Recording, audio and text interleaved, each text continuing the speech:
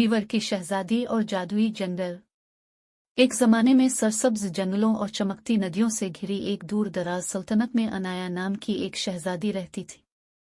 अनाया सिर्फ कोई शहजादी नहीं थी, इसे मीवर की शहजादी के नाम से जाना जाता था क्योंकि इसके खूबसूरत मोर के परों वाले लिबास जो सूरज की रोशनी में चमकता था। ये लिबास इसकी प्रीगार्ड मदर की तरफ से तोहफा था और कहा जाता था कि इसमें जादुई ताकतें। अनाया को किले के करीब जादुई जंगल की तलाश बहुत पसंद थी। जंगल हैरत का मकाम था, बात करने वाले जानवरों, जादुई पौधों और पोशीदा राजों से भरा हुआ था।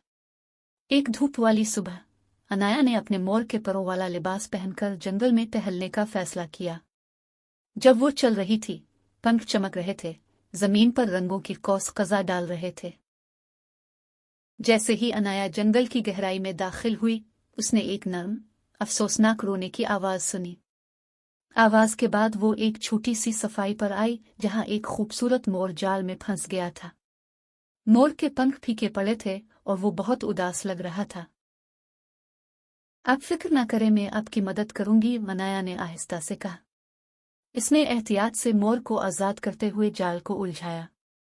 इसकी हैरत से मोर बोलने लगा, शुक्रिया मेहरबान शहजादी, मैं पावो हूँ, इस जंगल का मुहाफिज। एक शरीर जादूगर ने मुझ पर जादू किया है जिससे मेरे रंग और जादू के परों को खत्म कर दिया गया है। अनाया पाव की मदद के लिए पुरज़्म थी।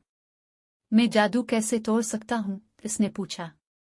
पाव ने वजाहत की, जादू को तोड़ने के लिए आपको इस जंगल में छुपे हुए 3 जादुई जवाहरात तलाश करने होंगे, हिम्मत का रूबी, हिकमत का नीलम और मेहरबानी का ज़मर्द।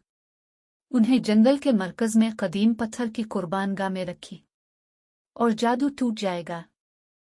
बगैर किसी हिचकिचाहट के अनाया अपनी तलाश पर चल पड़ी। इसका पहला पड़ाव हिम्मत का गार था। अंदर इसे रूबी अफकज की हिफाजत करने वाला एक खौफनाक ड्रैगन मिला।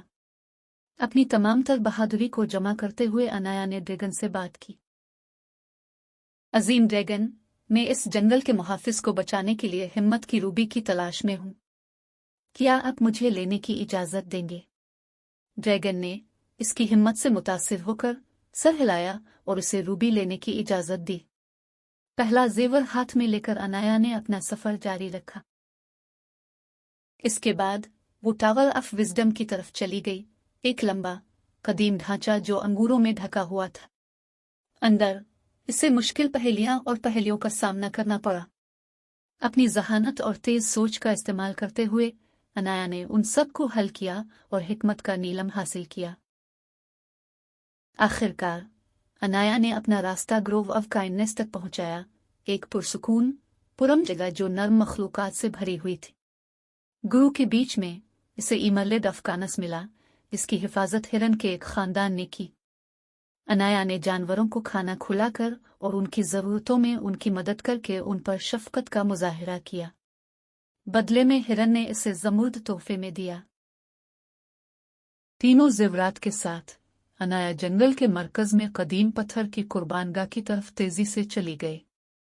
उसने हिम्मत की रूबी, हिकमत का नीलम और मेहरबानी का ज़मुर्द कुर्बानगाह के नालियों में रखा। एक शानदार रोशनी फूट पड़ी और ज़ेवरात एक ही शानदार जवाहर में मिल गए। जादू टूट गया और पाव मोर के पंखों ने अपने मुतहर्रिक रंग और जादू दोबारा हासिल कर लिया।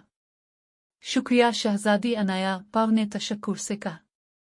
तुमने मुझे न सिर्फ बचाया है बल्कि इस जंगल का जादू भी बहाल किया है।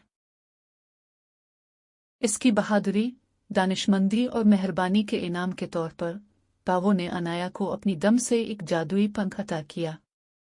ये पंख हमेशा आपकी रहनुमाई करेगा और आपकी हिफाजत करेगा, उन्होंने कहा।